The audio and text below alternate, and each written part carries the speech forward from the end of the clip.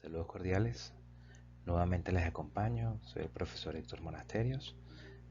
Continuando esta unidad 5, Fisiología del Sistema Cardiovascular. Ahora corresponde hablar sobre actividad eléctrica del corazón. Este tema de actividad eléctrica está dividido en 3 clases. Comencemos con la primera parte de este tema.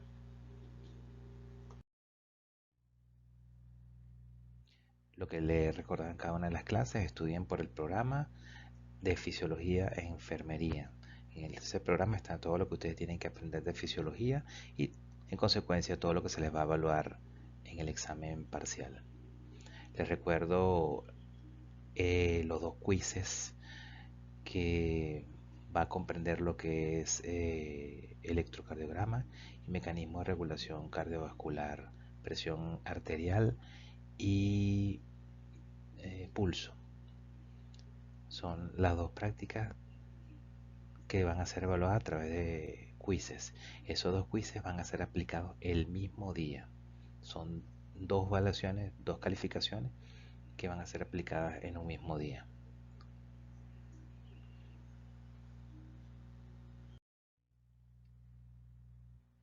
Entrando en materia, veamos estas propiedades de la célula cardíaca. La célula cardíaca presenta automatismo, que es lo mismo que autoexcitación, es decir, la capacidad de generar su propio estímulo eléctrico.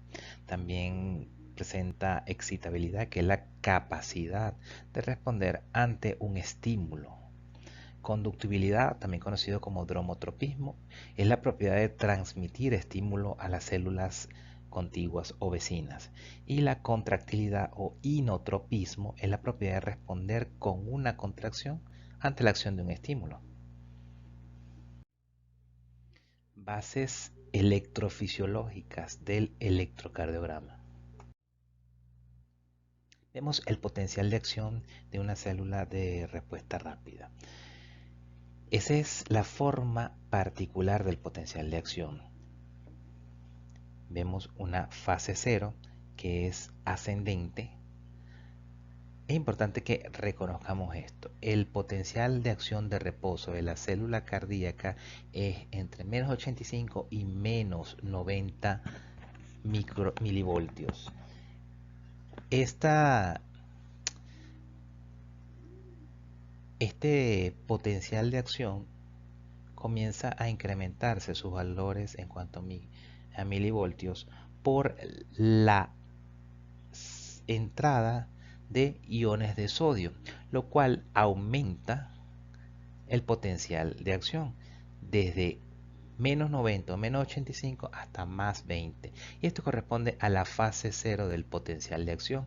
Luego viene una fase 1 en la cual se observa un leve descenso de ese valor de voltaje transmembrana hasta llegar al valor de 0.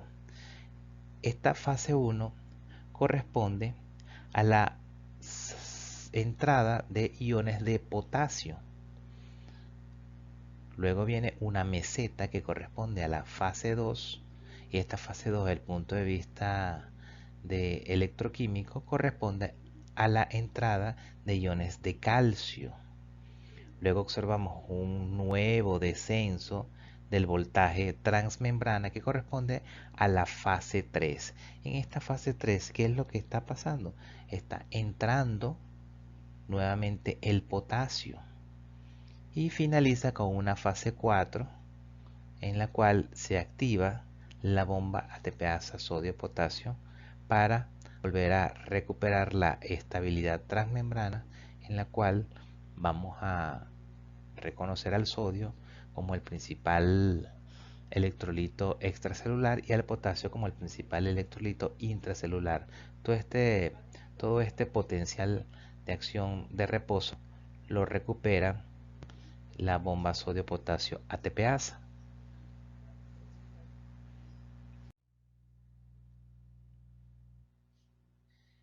Vemos aquí el vector de despolarización.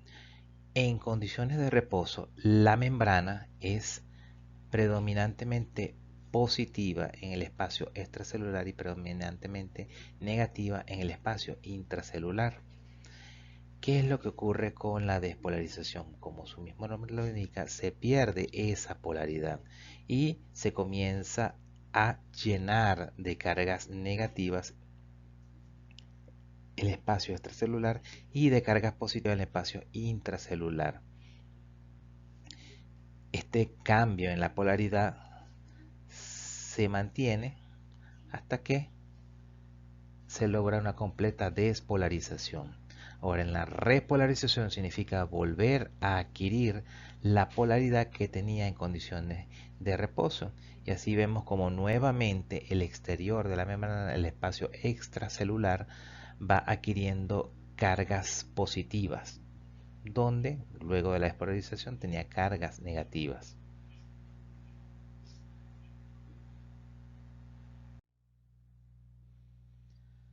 Aquí mediante vectores se representa el resultante de las aurículas, un vector para aurícula derecha, un vector para aurícula izquierda, y el resultante lo tenemos aquí, un vector que va de derecha a izquierda y de arriba hacia abajo. Es el vector resultante de la despolarización auricular, aurícula derecha y aurícula izquierda.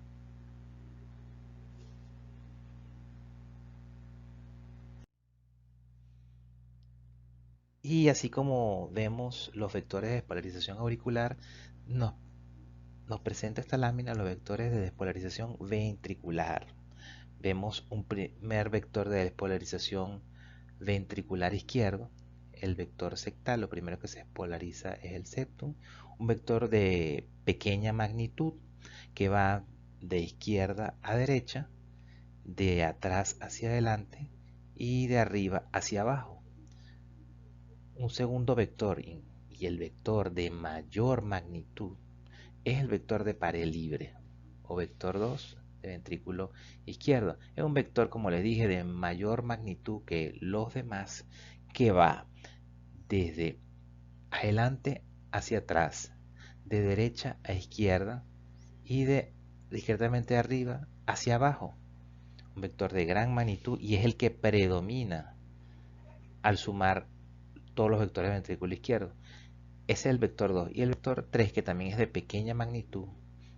Lo mismo que pasa con el vector 1, es de pequeña magnitud. El vector 3 corresponde al vector basal, que es la despolarización de las regiones basales del ventrículo izquierdo.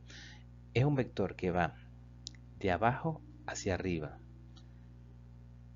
y de adelante hacia atrás.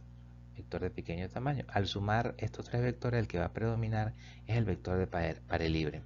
También se describe un vector de pared libre ventricular derecha, el cual va de izquierda a derecha, de atrás hacia adelante y de arriba hacia abajo.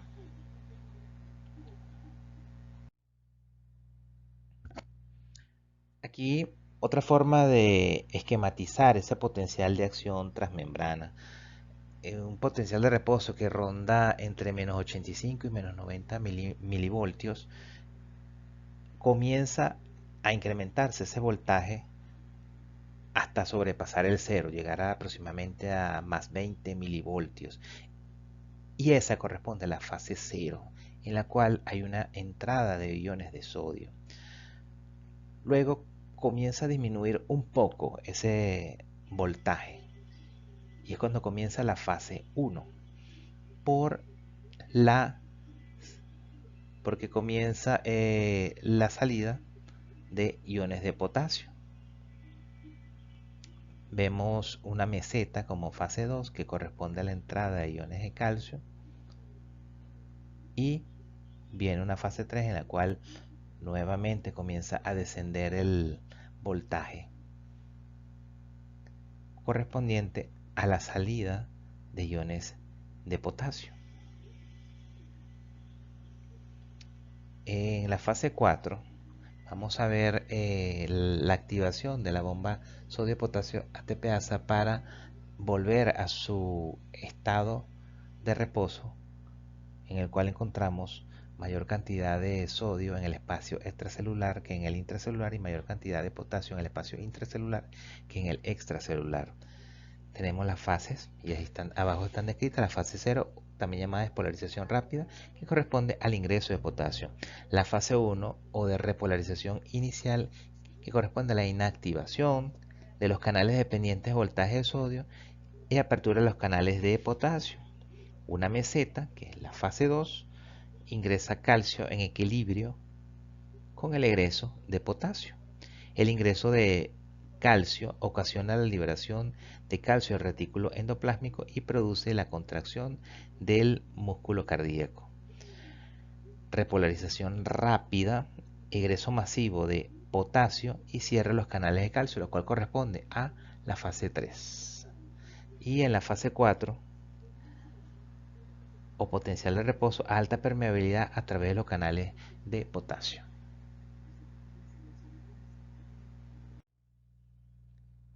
La fase supernormal es un periodo en el cual un estímulo de baja intensidad podría producir una respuesta propagada. Esta fase supernormal comprende al final de la fase 3 e inicio de la fase 4. La fase de normalidad o fase 4, en la cual actúa la bomba sodio-potasio y hay una respuesta normal de la célula.